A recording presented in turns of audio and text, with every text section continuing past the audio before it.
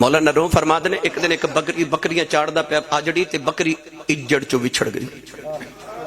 تے جیڑی بکری اجڑوں وچھڑی او بگیاڑا جوگی بگیاڑ بکری دے پیچھے لگ گیا بھیڑیا بکری اگے اگے دوڑے بگیاڑ پیچھے دوڑے بکری دور دیگر دا ویلا اثر دا ویلا شامہ پہیاں پیدیا تے بکری دوڑ دی بگیاڑ دوڑ بکری نے ڈر کے ایک بلند جگہ تو چھلانگ لگائی تے نیچے دلدل سی بکری دلدل وچ پھس گئی پیچھے بگیاڑ نے بھی چھلانگ ماری او بھی دلدل وچ پھس گیا تے بیڑیا روے بگیاڑ روے تے بکری ہسے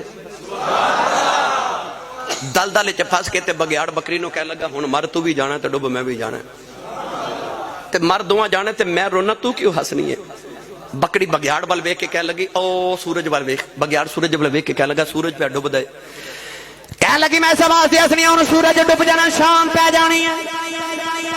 میرے آجڑی میرے مالک نے جڑے ویلے بکریاں گھر لے کے جانی ہیں انہیں باڑی چ جا کے بکریاں گننیاں آنے بچ میں نہیں آنا میرے مالک نو فکر لگ جانی ہے انہیں ڈھونڈ دیا میں نے آ کے ڈھونڈ کے کٹ کے لے جانا ہے کہن لگی وے میں ہسنی